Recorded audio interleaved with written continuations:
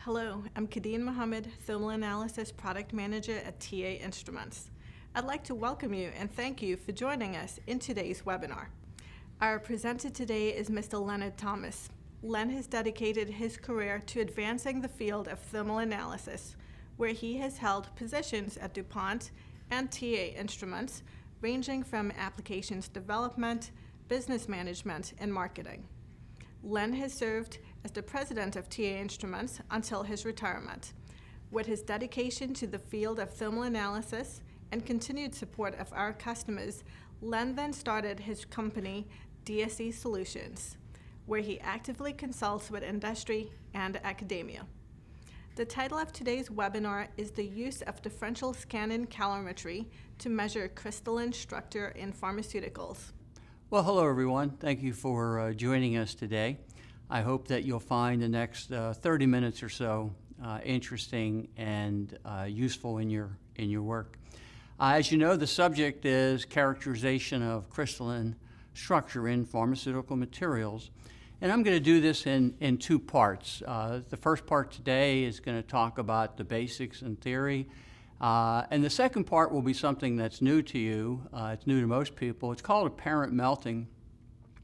And it deals with the fact that when you see an endothermic peak in DSC data, it's sometimes due to real melting, but there are other factors that can cause loss of crystalline structure. And that talk is going to focus in on the differences between real and apparent melting and why it's important to you to understand the difference. In terms of some background for today, for those of you that might not be familiar with DSC, Kadeen Mohammed did a webinar a short time back on characterization of pharmaceutical materials and amorphous structure in pharmaceutical materials. In that webinar, Kadeen covered DSC in terms of the operating principles and what you're looking at and how it works, et cetera. So I'm not going to get into that today, but we will touch on a little bit of amorphous characterization and how it's complementary to characterization of crystalline structure, which is our primary focus today. DSC has been used for over 50 years, and I've been around for most of those 50 years, so I have a fair amount of experience, having joined the DuPont thermal analysis business in 1974. And I continue to work with folks in the pharmaceutical industry associated and using thermal analysis. So I have a fair amount of experience, and that experience gives me some comfort in saying a couple of things. One is that the pharmaceutical industry tends to use a lot of standard operating procedures, and so they try to limit the kinds of experiments that are done on new materials that might come into the lab. And that's not always productive. Sometimes you need to change experimental conditions to determine what you're looking for. So that's one, I think, natural issue with the pharmaceutical industry, is that conditions are too often standard as opposed to optimized. And I'll give you some examples of that today, primarily through the use of multiple heating rates. The second issue is that you're always going to get data from DSC or any other analytical instrument that you might be using. However, you not only need data, but you need to correctly interpret that data, and that's not always easy with thermal analysis. Again, I'll give you some examples today of how you might make a mistake in analyzing that data. With the pharmaceutical industry, again, based on a lot of experience in the thermal analysis industry as well, and that is that the pharmaceutical industry tends to significantly underutilize the technique of DSC.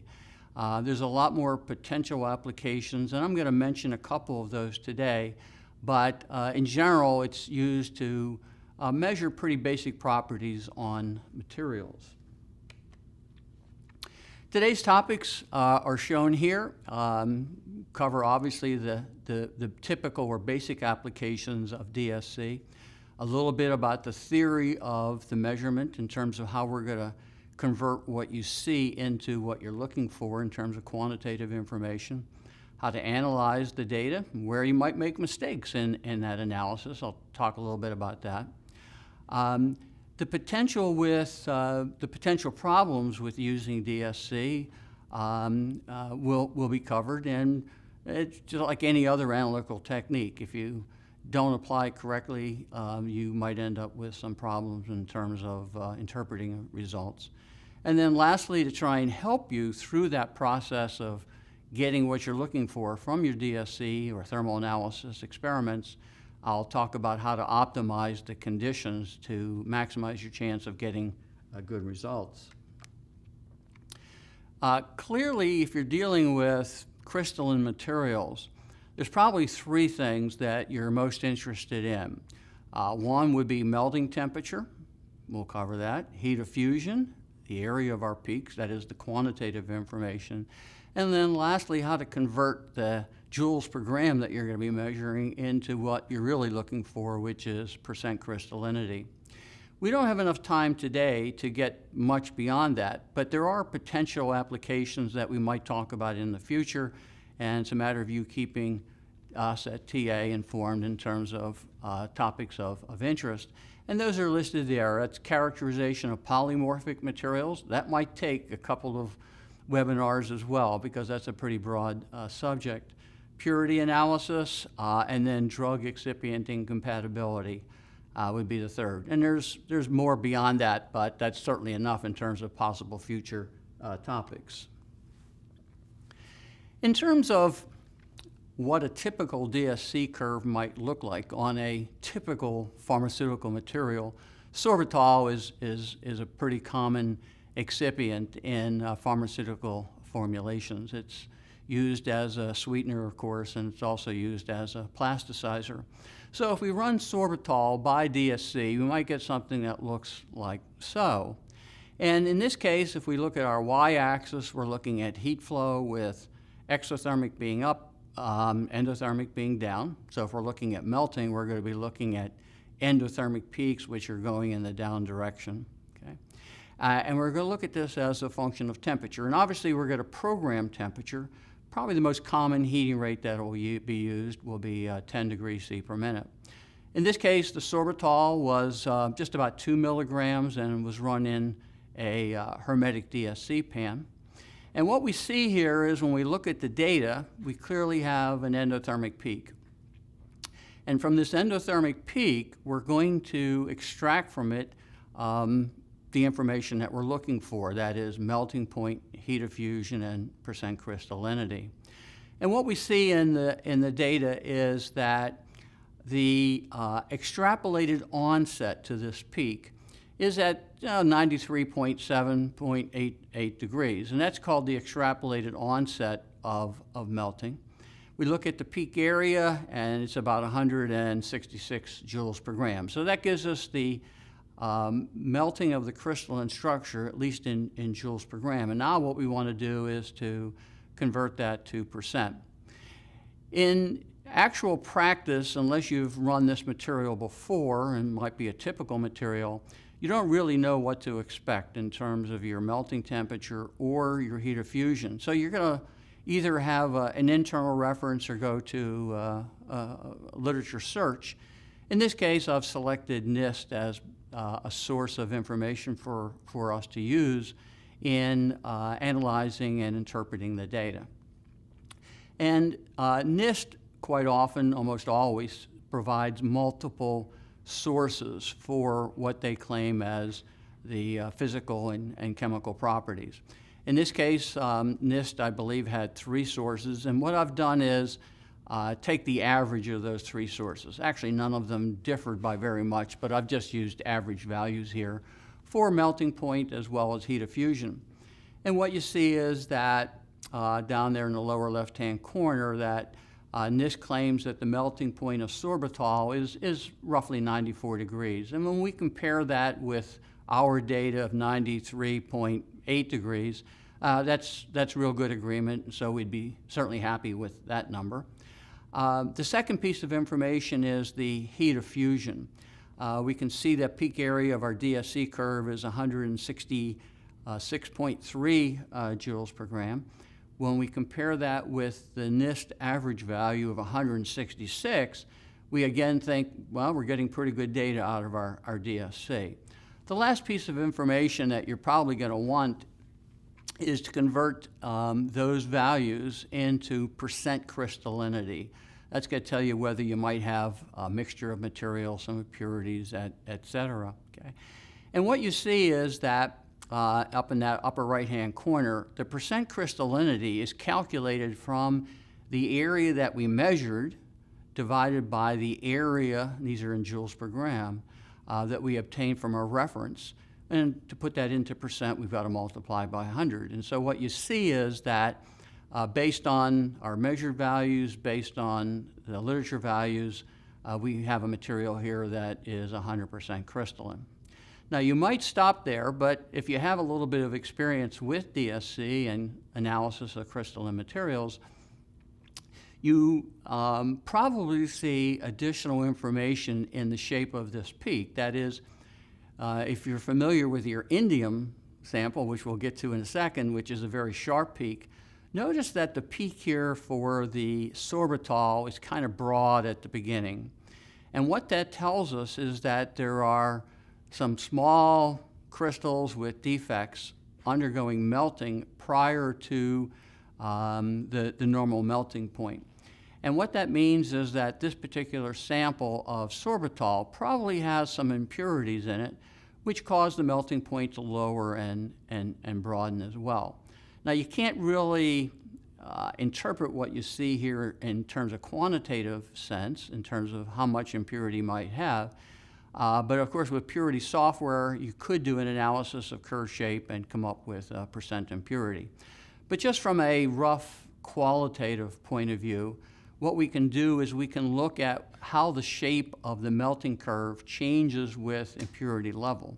So I'm going to pull up a plot here, which is actually 4 different experiments, all done on samples which were supplied as part of a purity kit, a DSC kit from NIST. And these samples are phenacetin that have been doped with para-aminobenzoic acid to act as the impurity. If we look at the green curve in this slide, what we see is that for a material that is rated by NIST as 100% pure, we end up with a very sharp melting endotherm. Okay? And that's what you would expect from your indium, because it's also very pure. It's what you should expect from organic materials as well, such as this, if you have very high purity and very few imperfect crystals that are created as a result of impurities.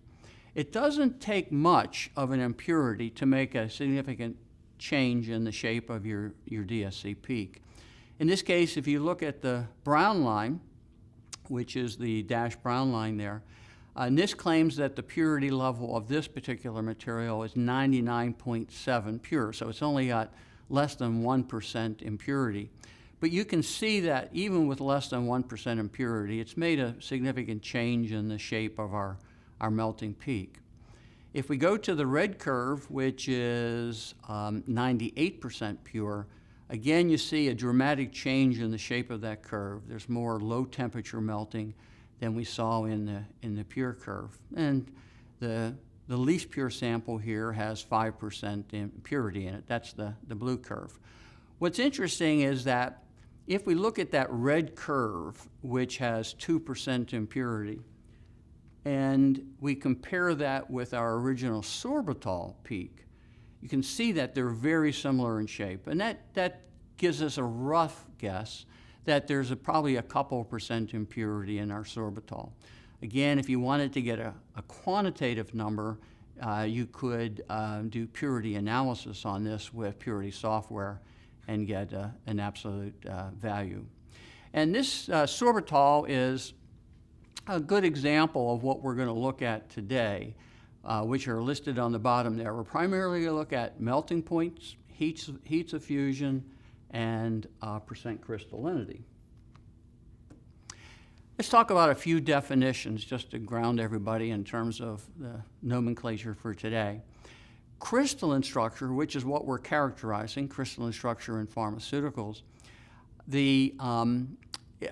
crystalline structure is a solid material, obviously, that contains atoms or groups of atoms, typically molecules in the case of pharmaceutical materials, arranged in a highly ordered long-range structure. And that's the key word here, highly ordered long-range structure. And that's what a crystal is. And that ordered structure might be shown as something as we see on the left there for crystalline, where all the atoms or molecules are ordered relative to other atoms and molecules. When we add heat to the material and we melt that ordered structure, we create an amorphous structure, and the amorphous structure is disordered. Okay, so and the amorphous material is what we might see a glass transition in, whereas crystalline material, if it's 100% crystalline, will not have a glass transition, it will only have a melt. And the way we get to amorphous from crystalline, as shown on the bottom, is to add heat. That additional heat raises the enthalpy of the material to a point where the material will undergo the melting process. Even though that was an example of crystalline structure in that prior plot, it was just to show order. In reality, we're never dealing with planar crystals. We're always dealing with a crystalline structure that is more of a lattice. And with the lattice structure, it's a three-dimensional network of molecules that are coupled by weak bonds to retain that crystalline order. So today, when we talk about crystalline structure, we're really talking about crystalline lattice for these materials. Continuing with the definitions, initial crystallinity is the crystallinity in either joules per gram or percent as it existed prior to heating. Now, I probably shouldn't be saying this, but there's actually a big problem with using DSC to measure crystalline structure. And that big problem is that in order to measure structure, you have to heat the sample. When you heat the sample, you increase mobility. When you increase mobility, you increase the potential or possibility for structural change. And so we're going to look at today, as part of some of the potential problems that you face, we're going to look at the problems that are associated with raising temperature in order to measure crystalline structure. When we measure that melting peak, we're not only going to get the temperature, but we're also going to get the heat of fusion. Now, this is the amount of heat that we have to put into a material to melt it. That's going to raise its enthalpy. But it's also the amount of heat that material would give up when it crystallizes. So crystallization, where we go from amorphous to crystalline, the material has to give up heat in order to go to the lower energy crystalline state. We don't have time today to talk about polymorphism, although I will show you one example of it. But polymorphism is where you have one chemical structure that can support multiple crystal forms, okay? And so when we see a melting peak in the DSC, it's going to have a specific melting temperature, it's going to have a specific heat of fusion. And when we compare different molecules, when we compare the same molecule under different crystal structure, we're really comparing it in terms of the melting temperature and the heat of fusion, and that will vary from one polymorphic crystal form to another. Now, you might think we don't really need a definition for melting. I think that probably everybody believes that they know what melting is. But you're going to see, especially in the second part of this talk, which will probably occur in another month or so, when we talk about apparent melting, you're going to see that it's really important to understand what the scientific definition of melting is. But from a personal experience point of view, you might claim either number 1 or number 2 as your definition of melting. For some people, it's just a matter of going from solid to liquid. That's melting. And that might be an ice cube on the sidewalk or something like that. For those that do DSC experiments, then you're looking at conversion from crystalline to amorphous as your definition of melting. Probably nobody here uses the third definition, but hopefully you will as a result of these 2 talks, and that is melting is the loss of crystalline structure at a specific temperature where the difference in Gibbs free energy is equal to 0. We'll give you a plot of that. It's independent of heating rate and without chemical change. Now, you might wonder where I came up with that definition. I can guarantee you I just didn't make it up. It came from Bernard Wunderlich, and we'll cover that on the next slide. In terms of what should our definition of melting be, you might say, well, any one of those definitions will work. But as you're going to see, it's only the scientific definition that we can really apply to understanding crystalline structure in materials. Typically, I like to use simple figures and simple plots and curves in explaining things, but sometimes that's not possible. Okay? And this is going to be one example of that, but it's a really important example of how to interpret melting in your DSC experiments. The person that, at least from what I could find, the person that provided the first definition in literature for thermodynamic melting was Bernard Wunderlich. And I have a reference of his, and it's given on the very bottom of that figure. That goes back to 1990. And Professor Wunderlich's definition is listed there. There's 4 primary features of thermodynamic or real melting. It happens at a specific temperature. It happens where delta G is equal to 0, and that's the Gibbs free energy, and I'm going to come back to that when we get to that illustration below it.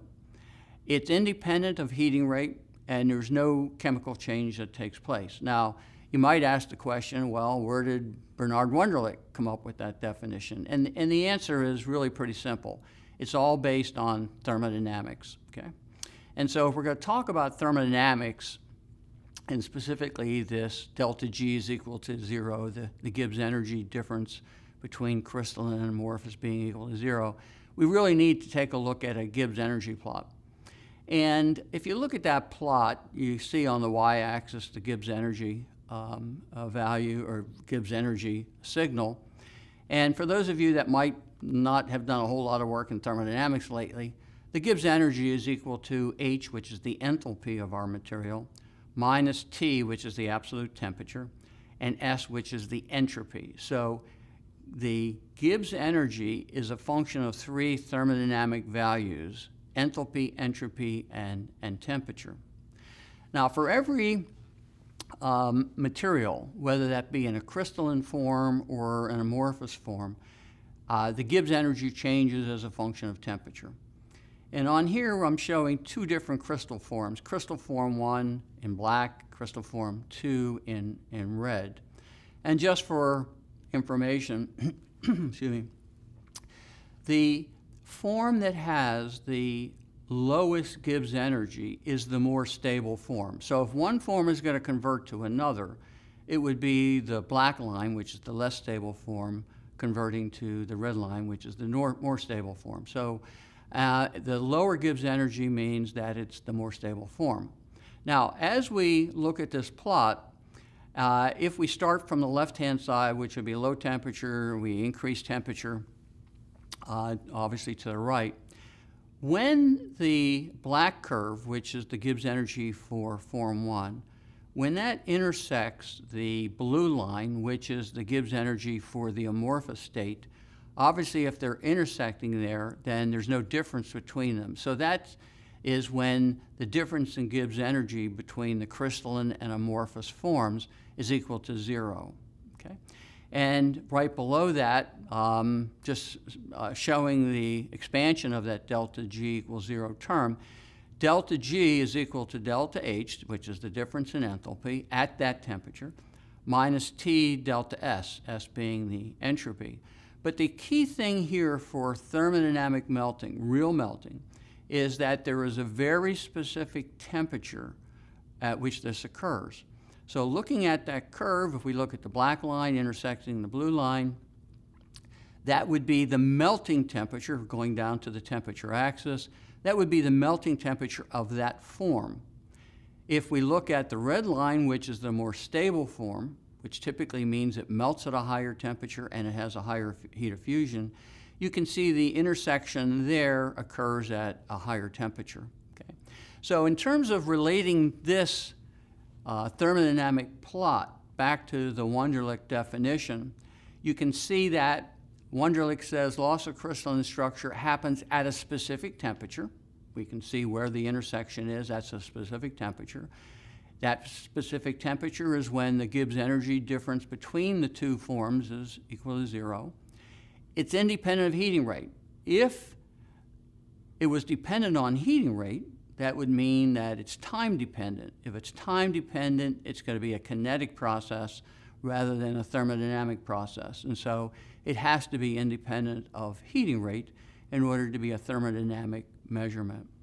And then lastly, no chemical change. You cannot be at equilibrium if the chemistry of the material is changing. So that's an obvious result of the delta G equals 0 where we have equilibrium. So those are the four components of what we're going to use in evaluating the melting process. Probably the first time that you see a melt with your DSC is when you calibrate with indium, that being the most common calibration material. So here we're looking at on the, let's just look at the green curve for now. If we look at the Y scale, you see a certain scaling there. The green curve is what the software would plot. The software is designed so that it always auto-scales your data so that every data point over the temperature range that you selected is scaled to be on the plot. The problem with that is that there could be minor, and you'll see in some examples, but there could be minor transitions that you're missing only because the software is scaling this to a low enough sensitivity to fit everything on scale. If I take the baseline region of that green curve and I expand it, I can see what I see now as the blue curve on the bottom. And I would strongly suggest to you that whenever you analyze materials, whether that be for a glass transition or melting, always expand your baseline up so that you can see minor events if there are any in your data. What we're going to do here is now we're going to integrate that peak, measure the temperature and the heat of fusion. With indium, as with most metals, they have relatively low heat capacity compared to organic materials that you typically work with. And they, when they melt, they go through a very small change in heat capacity, which means that it looks like the end of the melt, for the end of the melt, the baseline is the same as the beginning of the melt. And of course, the baseline is the result of the heat capacity of our material. So for metals, you don't typically see a shift in the baseline, which means that we can use a linear baseline to analyze this data. When we use that linear baseline, we can see that the melting point is 156.5. The heat of fusion is 28.4 joules per gram. And that's very close to the expected 156.6 and 28, I think, 0.6 joules per gram. So in looking at our data, we'd be very satisfied that our DSC is correctly calibrated when running the indium. Now, for organic materials, which are typically what you will work with, you do not see the baseline being the same at the end of the curve as it is prior to the curve. And there are a couple characteristics here that we have to look at. Again, always want to expand the baseline and make sure we don't miss something. So the full plot of this sample, which is sucrose made from sugar beets, we can see in the green curve we have what looks to be a pretty nice, normal-looking melting peak. But when we expand the baseline, we see that it's a little different than what we saw with the indium. There's a couple things. One is you can see that the data is clearly sloping down to the right. And that is something that you should always see with any organic material, because all organic materials, actually all materials, they increase in heat capacity with temperature. The greater the increase in heat capacity with temperature, the greater that slope is going to be. If you ever see data that is sloping positive, well, then there's something wrong either with your DSC or with the material. Most likely it's a problem with your DSC and it needs to be recalibrated. So we should always see that endothermic slope. But the second thing that we see here is that when we go through the melting process, there's a substantial shift in the baseline. And that, again, is something that you should see in most of your data. And the reason that that occurs is that prior to melting, your material is crystalline, which has a certain heat capacity associated with it. After melting, it's amorphous. An amorphous material has higher mobility and therefore higher heat capacity. So most of your materials should show a step at the end of the melting curve that shows that there's been a change in mobility and therefore a change in heat capacity. When you analyze that curve, it would be inappropriate to use a straight baseline, because the baseline used by the software that you select should reflect how the heat capacity is changing across the transition of interest. In this case, instead of using a straight baseline, which is what we use for indium, we're going to use what is called a sigmoidal tangent baseline. And that shows how the heat capacity increases across this transition, so that when we integrate that area, we get the right heat of fusion. Now, let me just spend a minute on baselines, because, again, with a lot of years of experience in the industry, one of the areas that customers often make mistakes in analyzing data is that they fail to realize where the real heat capacity baseline is. Now, if we look at this equation, it might look strange to many of you, but if you've worked with modulated DSC, you've probably have seen it at 1,000 times over the course of the last 15 or 20 years. And what this equation says is that the HDT is the heat flow rate that we measure. That's the signal that you'll see in your DSC data. And that has two parts to it. The first part is a function of the heat capacity of the material. And the heat capacity is how much heat you have to put in to change temperature. And the contribution of heat capacity to our total signal, which is what we're looking at, the DHDT, that's a function of how fast we're changing temperature. So dT, the change in temperature with respect to time, is our heating rate, or cooling rate if we were doing a cooling experiment. The second part of that equation, which is the heat flow, which is a function of temperature and time, I'm going to call that the latent heat. That's the heat associated with structural change. Okay? And that's typically what we're interested in when we're looking to measure the area or analyze the crystalline material or any other kind of event where there's a change in the, when there's a peak in our data. Okay? So here's the key point. What you're going to have in your DSC data is the total heat flow signal. You as the operator then need to look at that signal and decide where your baseline is at, because only by picking the right baseline are you able to then determine how to correctly analyze the data to get the latent heat, that last term there, which is a measure of structural change. So as it says on the bottom of that curve, the first step in analyzing data should be identification of the baseline. And remember that the heat capacity increases linearly except in regions of structural change.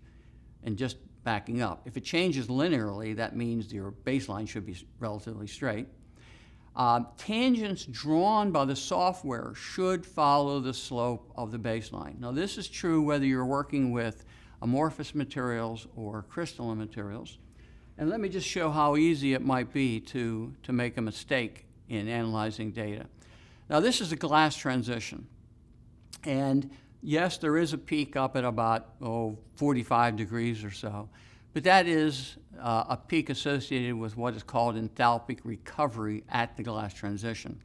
And that's something that Kadeen Mohammed discussed in her webinar, which characterized amorphous structure.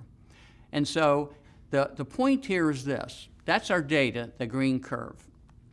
You as the operator need to decide how best to analyze that so that you get quantitative information.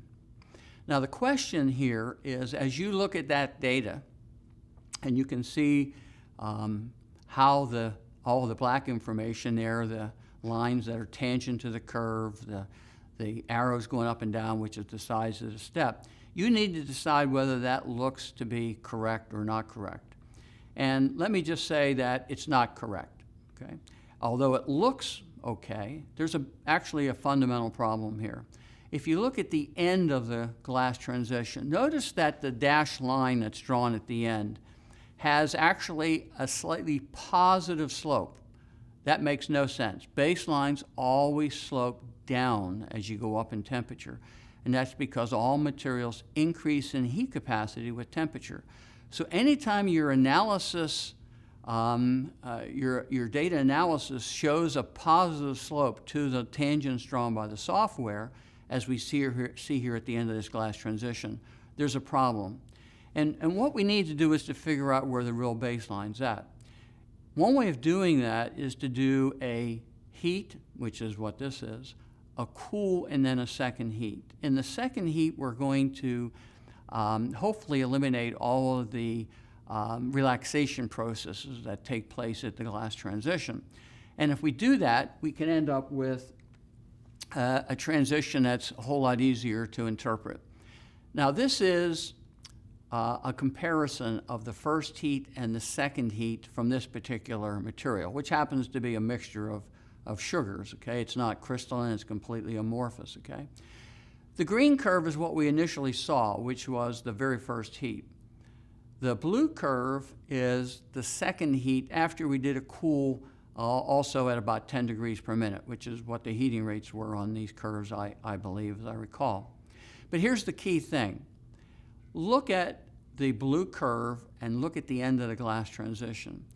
You see the black line, the black dashed line? That's the line that the software is using to analyze the size of that step.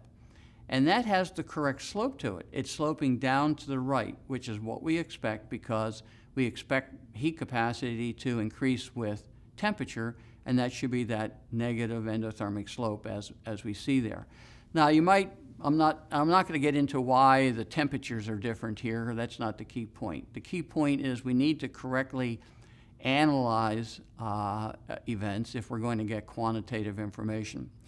And in terms of quantitative information, if we look at the size of the step calculated by the software in the green curve, which was the first run, it has a value of about 0.9 joules per gram per degree C. That's the size of the step associated with the change in heat capacity at the glass transition.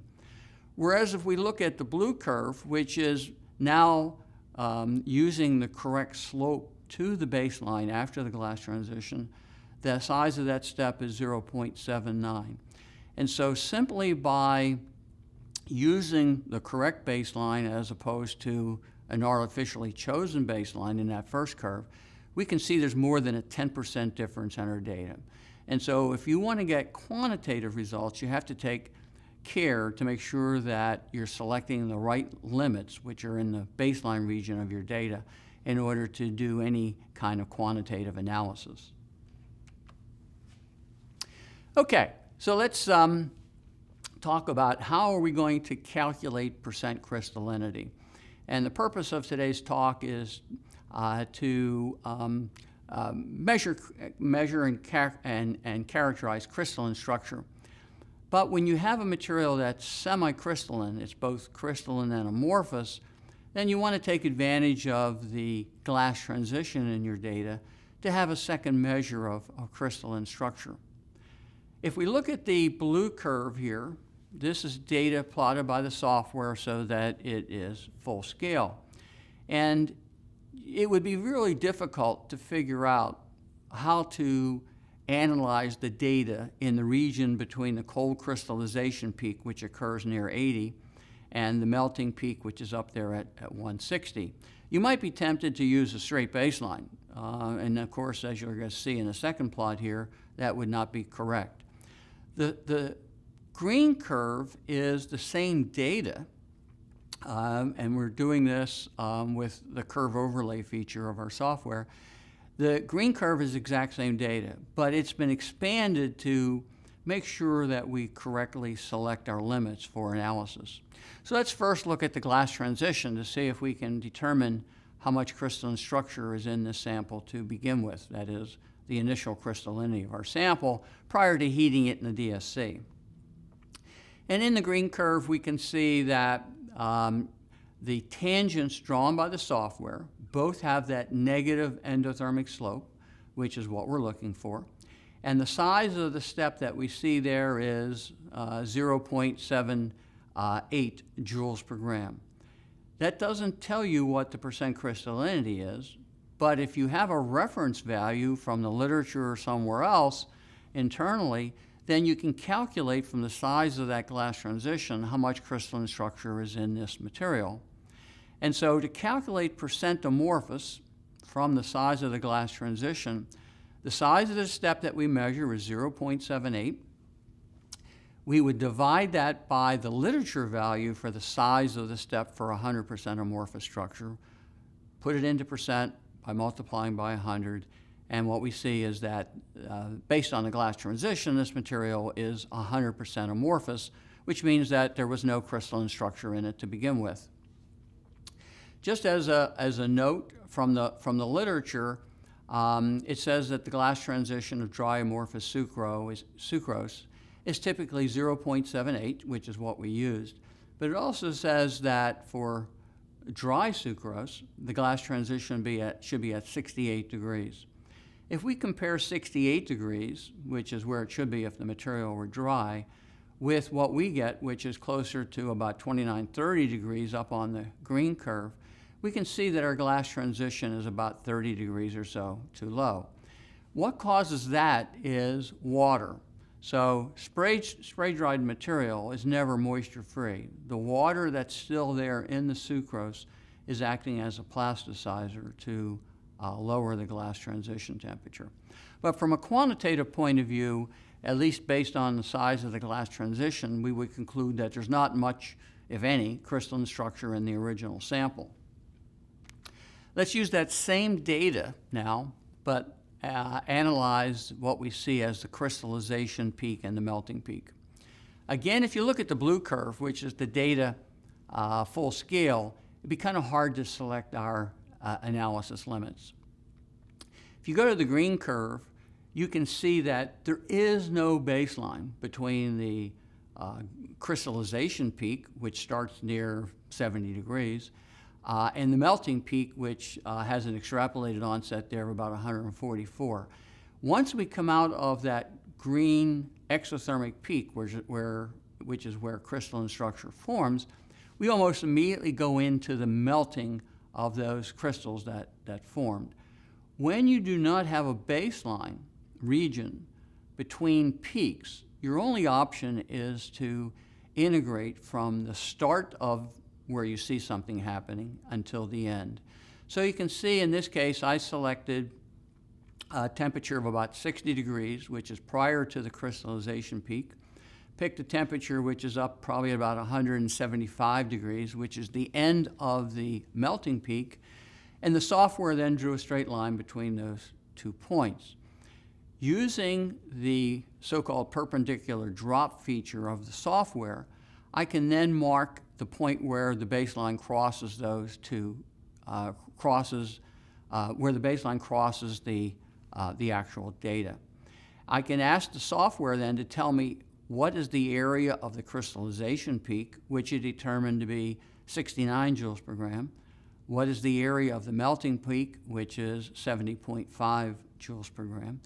And so what we can see here is that if we have 70 joules per gram of melting, but we have 69 forming, there wasn't much crystalline structure in this sample to begin with. And the actual equation is shown over to the left there, if you want to call it equation, simple subtraction. If we have 70 joules per gram of melting minus the 69 that formed, that says that there was only about a joule per gram of crystalline structure in the sample to begin with. And the fact is, you can't really do better than plus or minus several joules per gram when you have baselines that are not well defined, as what we see in this particular example. Now, if somebody said to you, okay, yeah, there wasn't much crystalline structure there to begin with, but how can I determine how much crystalline structure formed during that cold crystallization peak?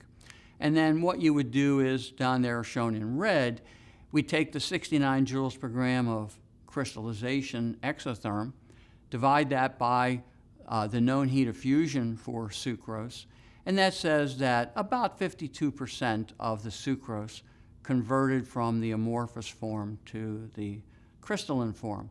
And it's not unusual, in fact, it's very typical to never see 100% crystallization occur, only because here crystallization is occurring in a viscous liquid, the melted liquid of the material, as opposed to crystallizing in solution where there's high mobility and the opportunity to form better and more crystals. All right, so those are some examples of how we would interpret the data and analyze the data. But the fact is, as I mentioned earlier, one of the limitations of DSC is that in order to make a measurement, you have to heat the sample. Heating the sample allows things to happen, all right? So here are some potential problems that you have to face when analyzing your materials. Problem number one is that crystalline structure can form as the sample is heated. And we saw that in the previous example. Material, the sugar, was 100% amorphous to begin with, but as we heated it, it crystallized, and whatever crystallized melted. So that's one problem. You have to recognize that structure can form while you're heating it. Problem number two is that even if there's a crystalline structure there to begin with, it can change. And this is particularly true of polymorphic materials, which can support more than one crystal form. I'm going to show you an example of that. And then the third potential problem, which is going to be the focus of my next talk, which will be apparent melting, and that is crystalline structure can be lost or destroyed by chemical processes that occur in the material prior to it reaching its thermodynamic melting point. And again, that's going to be the focus of our next presentation. So let's give you an example of a case where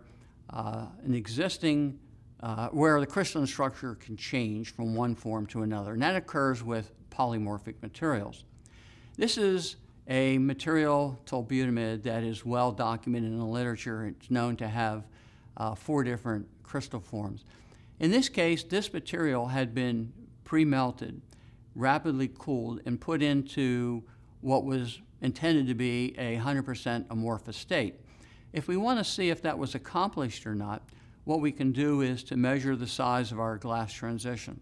So if we go to just above 0 degrees, we see a step in the baseline, which is caused by the glass transition. And we can have the software determine the size of that step, in which in this case is 0.49 joules per gram. In the literature, it says for 100% amorphous tolbutamide that the size of that step would be approximately 0.5, which means then that basically this material is 98% amorphous, most likely 100% amorphous, because that's about the best that we could do in terms of getting quantitative information. Okay. Now, as we heat that amorphous material up, what we see is, just as with the sugar, that amorphous material, once it has enough mobility above the glass transition, it can crystallize. So the start of crystallization begins at about 50 degrees. We see our crystallization peak, which means that we've now converted some amount of our amorphous material into a crystalline form. At about 100 degrees, we see a melting endotherm, but we really don't get fully through that melting endotherm before we see a crystallization occurring right at the end of it.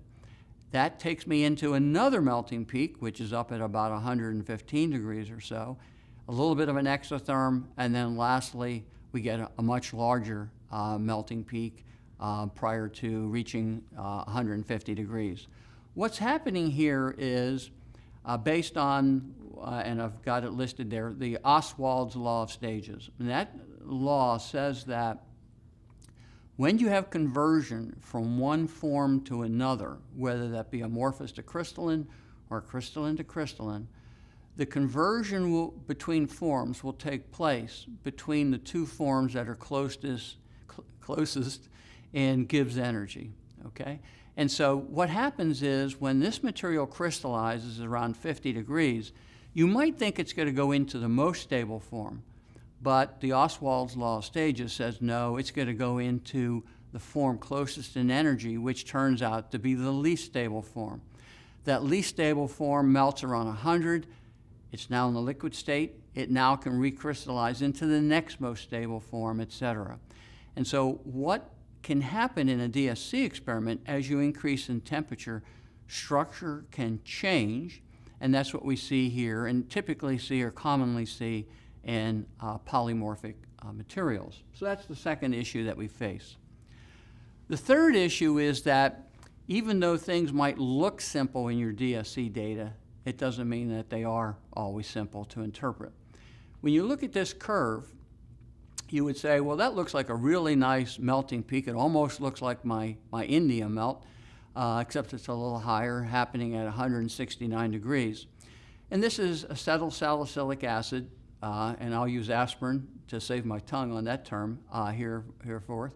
But this is done at 20 degrees per minute, about 3 milligrams in a hermetically sealed pan. And so if this was the only experiment that we did, we might conclude, oh, well, this is just a nice looking melting peak. But on the other hand, if you're not familiar with this material, you might do a literature search. And when you do the literature search to see if your values are reasonable, you might find something like this. Now, this is actually the composite of a couple of figures that I've overlaid. So ignore the chicken for now. I'll come back to that chicken in a second. This is a literature search, and the source that I selected here was called Chemical Land 21, and it lists a whole variety of materials and provides their physical and chemical properties. When you go down to the physical and chemical properties, what you see there is under melting point, it says that this material melts at 136 degrees, but very importantly, and that's why the red arrow and the red flag, with decomposition. And as you'll see, that is a very important piece of information in terms of how to interpret this data. A second piece of information which should throw up another red flag is that it says the boiling point is at 140. Well, we saw the melting point at 141 in our data, so something clearly is going wrong here. And here's the issue.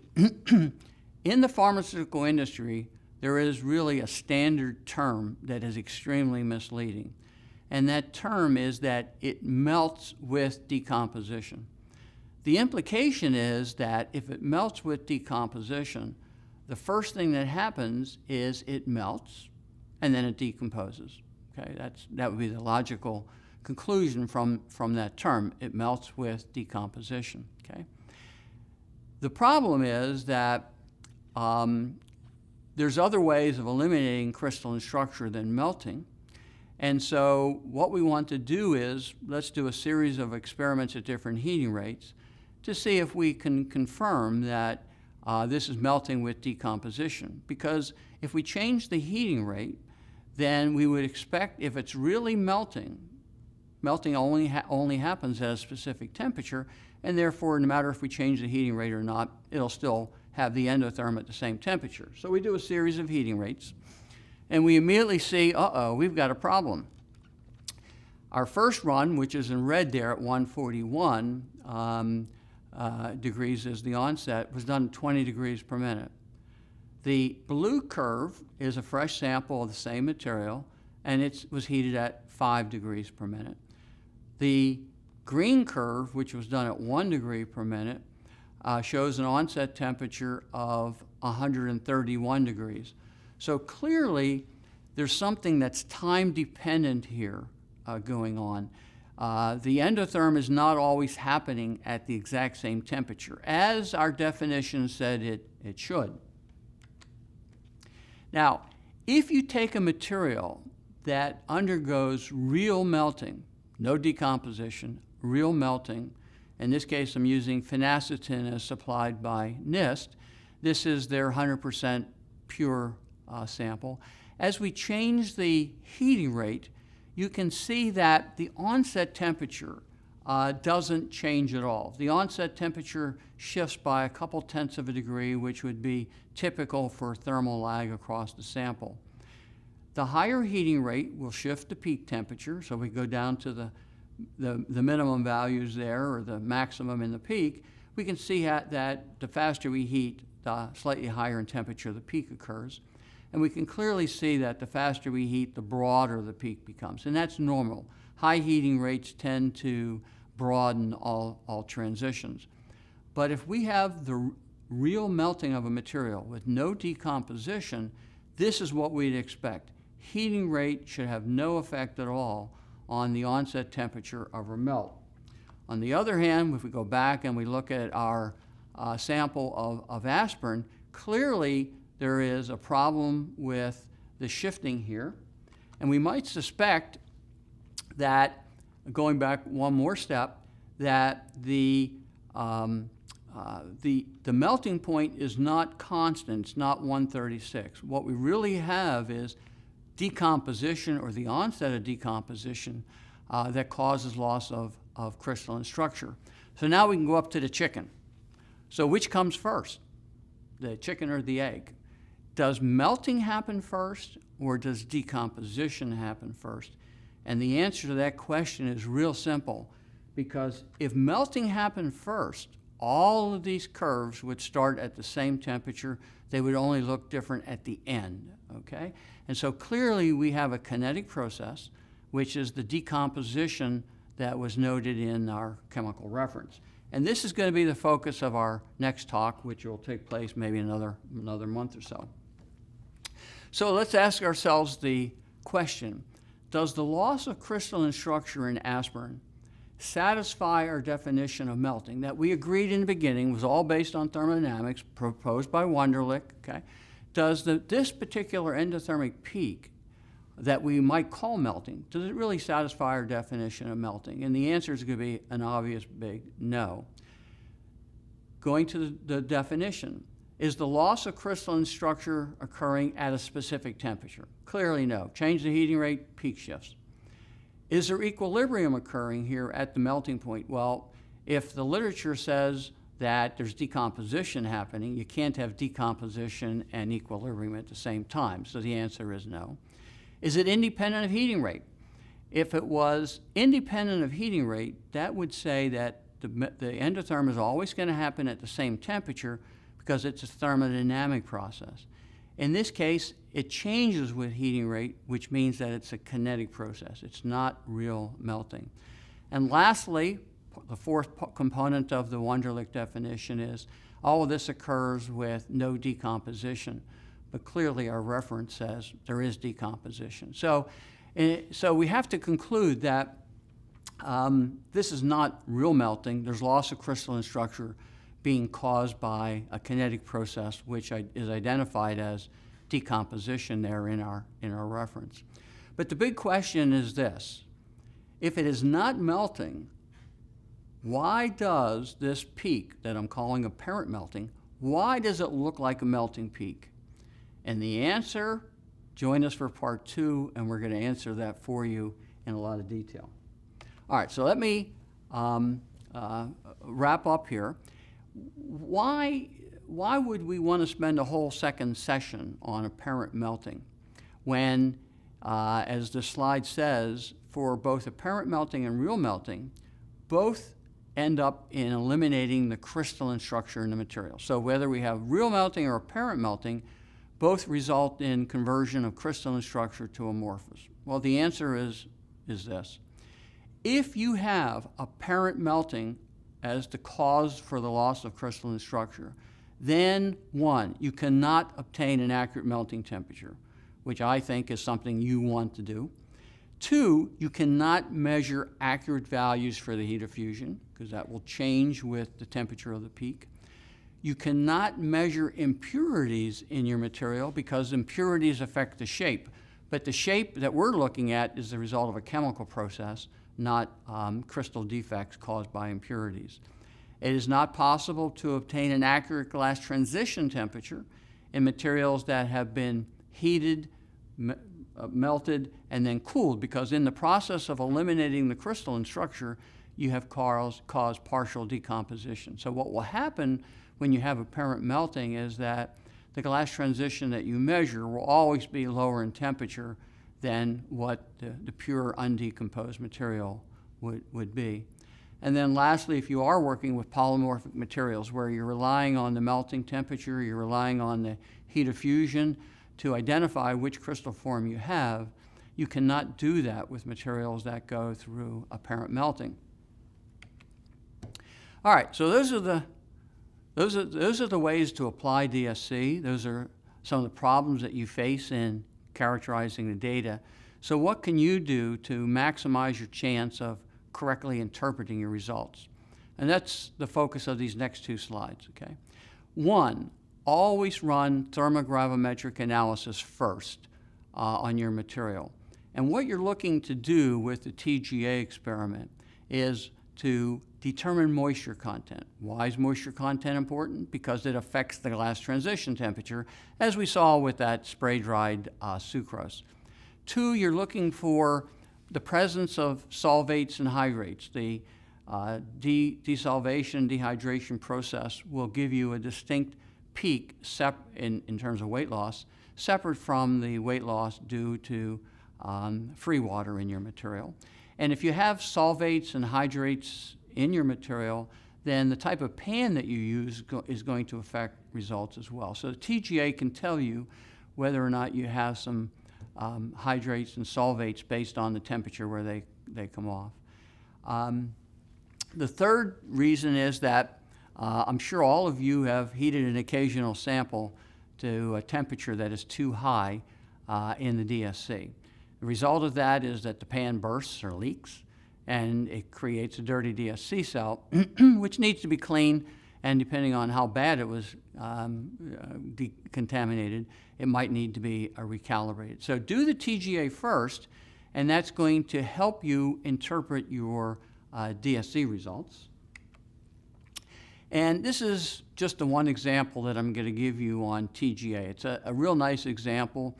It's actually a tablet. It's a drug tablet, so it's not a specific compound. Probably got 10 or more compounds in there. This is a blood pressure medication called lisinopril, and lisinopril is a dihydrate. So if we look at the green curve, which is our weight, we can see on the left-hand axis that we're plotting from about 86% up to 100. And what we see is that in the green curve that it looks like it starts to lose weight right away. And that's typical of free water, because as that dry purge gas from the TGA passes over the sample, any free water is carried away pretty quickly there.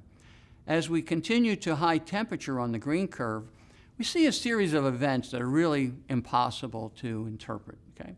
And that's where the derivative signal is very, very useful. The derivative shown in blue, with the right y-axis being the scale, it gives us like a fingerprint of the weight loss components here.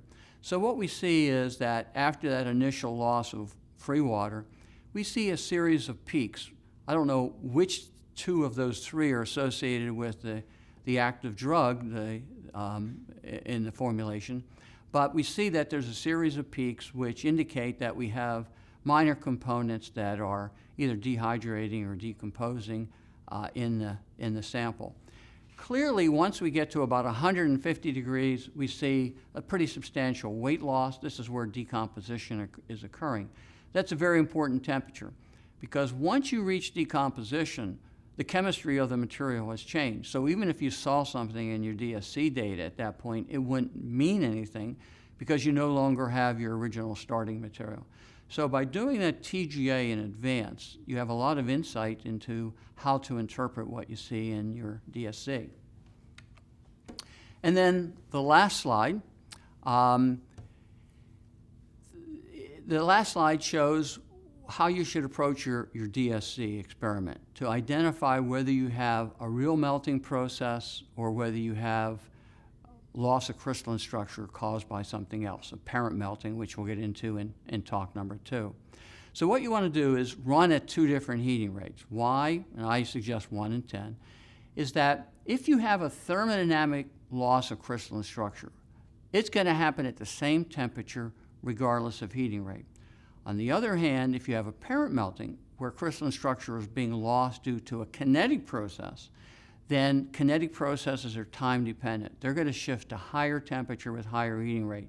So just by doing those 2 experiments, 1 and 10, you're going to know whether you're looking at a real melting peak or possibly some kind of a chemical process occurring in your material that is causing the loss of crystalline structure, probably at a temperature that is well below where you might expect for real melting of that structure. Now, one of the common questions raised when people hear about the suggestion to run at 2 different heating rates.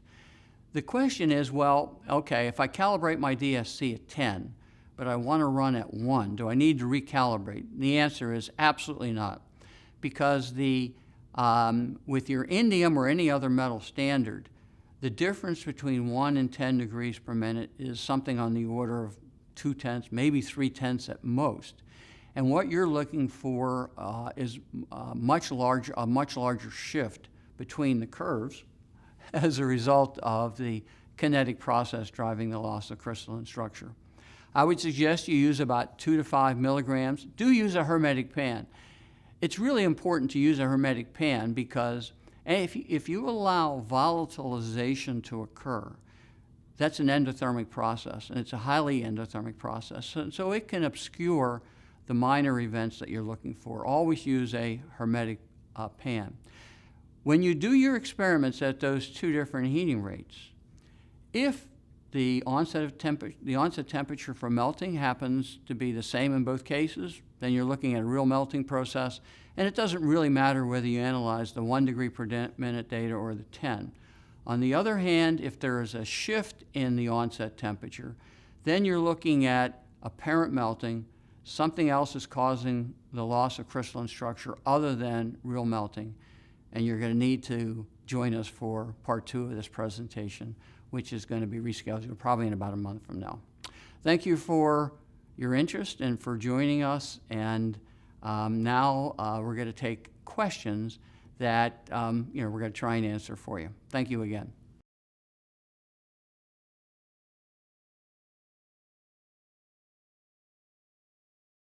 Hello, everyone. Thanks for joining us today in today's webinar. We've gotten some really nice questions here. I would like you to know that as Len goes through the Q&A session, we'll limit it to about 10 to 15 minutes. However, any questions we've not addressed, we will follow up by email to get those responses out to you. So, Len, one of the questions that came in that I thought would have broad relevance to everyone attending today's webinar is this one. In your spray-dried sucrose example, you attempt to quantify the amount of sucrose that has recrystallized. However, you also mentioned the presence of water plasticizing the TG. How can you be sure that the evaporation of water does not impact your quantification? Also, the crystallization and melting are not fully separated. Isn't it difficult to quantify crystallinity when the events overlap? I think this is an excellent question. We get this quite often from our pharmaceutical customer base, and it's a good one to address today. Well, thank you for joining us today and for your questions. The way I would answer this question is that it's absolutely necessary to avoid evaporation of any water or other solvent in the pan. As I said in one of the last slides, evaporation is a very endothermic process, and so it's going to put a big, broad endotherm across your whole data and make it difficult to interpret what you see. But in addition, always remember, and that's why the TGA is important, is that water acts as a plasticizer, which affects the glass transition temperature. And since it affects the glass transition temperature, it's also going to affect, in some way, the temperature where cold crystallization occurs. Because in order to have the cold crystallization of the amorphous material, you need mobility. That's why crystallization always happens above the glass transition temperature. You need mobility. And water is affecting mobility. So it is important to control and keep constant whatever the water content of your sample is in order to make a reliable measurement. As far as quantifying the area of the cold crystallization peak, in reality, I probably wouldn't do that, simply because if I expand my data and I see that I don't have a baseline really between the cold crystallization peak and the melting peak, really the only quantitative measurement that I can make reliably is to integrate across both of those events, and I'll see that the sum of the two is close to zero, which meant that the material was 100% amorphous to begin with. The only reason I integrated that cold crystallization peak was just to illustrate that you can do it if you want to do it. The amount of material that crystallizes will vary with the water content, but it will also vary with the heating rate that you use. If you heat slowly, you're going to give that kinetic process of crystallization more time to occur. Whereas if you heat fast, let's say you heat it at 100 degrees per minute, you might actually be able to heat fast enough that it never has time to recrystallize, and therefore it would actually not melt. So the only reason I integrated that cold crystallization peak was to talk about the perpendicular drop method, that you could try to get a quantitative result. But in reality, I probably wouldn't do that, because I knew that there was no crystalline structure to start with, and the amount of material that crystallizes is going to change with conditions, water content, heating rate, etc. Len, I'll just expand on that real quickly. By integrating across the two events, the way that's done in universal analysis or TRIOS software would be to place one of the analysis cursors on the baseline before the onset of the crystallization peak, and place the second analysis cursor on the baseline after the recovery of the melt transition. Okay, so Len, here's another one for you. I'm wondering why during purification my DSC melt plot changes. Okay, well, DSC is actually an excellent tool to detect and quantify impurities in your material, because what happens is that the impurities create defects. Defects increase the enthalpy of the material, and therefore end up lowering the melting temperature and making it broader. And so if you're characterizing your material at a variety of points in the purification process, with each step I would expect that you're going to remove some impurities. So the material will become more pure with each step. If it becomes more pure, the melting peak will become sharper, and it will increase in temperature. So I would fully expect that the shape of the DSC curve is going to change as you go through the various purification steps. Again, it should move to higher temperature, and it should become sharper. Okay, great. And Len, I think I'll end it with this last question, and then we will look forward to seeing our attendees again for the second webinar series. So the last question is the melting definition defined by Wunderlich also true for semi-crystalline materials? Yeah, that's really a good question, and it's making me slow down here and think a little bit.